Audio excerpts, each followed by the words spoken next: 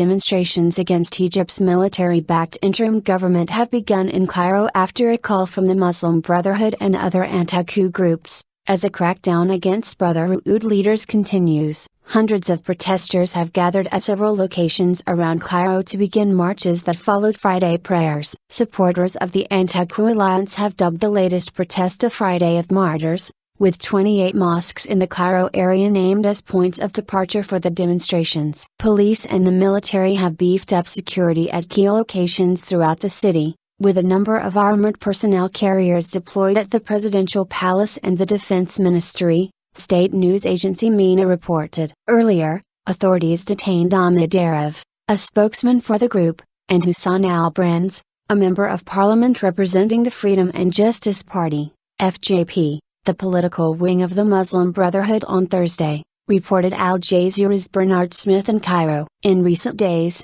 Brotherhood protests that once attracted tens of thousands of people at locations across the country have ebbed, suggesting the group's vain organizational strength may have been damaged by the arrest of its leaders. They have also been subject to a violent crackdown on the part of authorities, with at least 900 people reported killed in the last 8 days, as security forces have moved to end anti-coup demonstration. We will remain steadfast on the road to defeating the military coup, a pro-Morsi alliance called the National Coalition to Support Legitimacy and Reject the Coup said in a statement. Mubarak under house arrest. Protests were also called against the release of Hosni Mubarak, the former Egyptian president, from prison on Thursday and his transfer to house arrest at a military hospital. Those protests were later cancelled. Mubarak was moved from Tor prison to a military hospital in the Mahdi suburb of Cairo by military helicopter on Thursday, after a court ruled that he had served the maximum amount of pre-trial detention in the cases remaining against him. The longtime autocrat,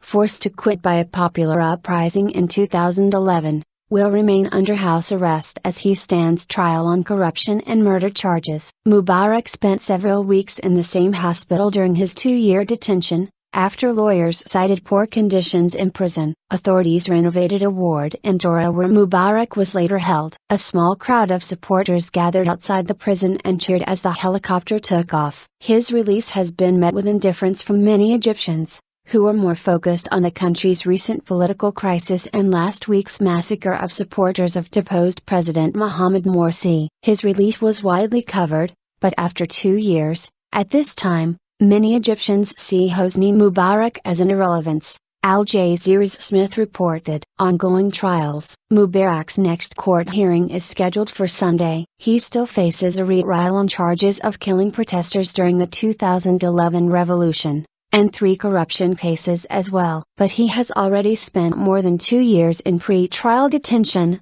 the maximum allowed under Egyptian law, and so the courts ruled him eligible for release pending trial. Hassan Blai, the Prime Minister, said on Wednesday night that Mubarak would be placed under house arrest following his release. Mubarak chose to be held at the military hospital, the official MENA news agency reported. At least one of the corruption cases against Mubarak could be close to a settlement. Wednesday's ruling ordering his release concerns the so-called Durham gifts case, in which Mubarak allegedly accepted $11 million worth of gifts, including jewelry and watches, from the state-run newspaper Al-Ahram. He has allegedly already repaid the amount of the gifts, and the other defendants in the case have been released, suggesting that the charges against Mubarak could eventually be dropped. He also faces charges of embezzling money from a fund earmarked for presidential palace renovations. A judge working on this case ordered him released on Monday, on the same procedural grounds. A separate charge accuses him of illicit gains during his presidency. Mubarak was convicted last year of involvement in the murder of protesters during the 2011 uprising,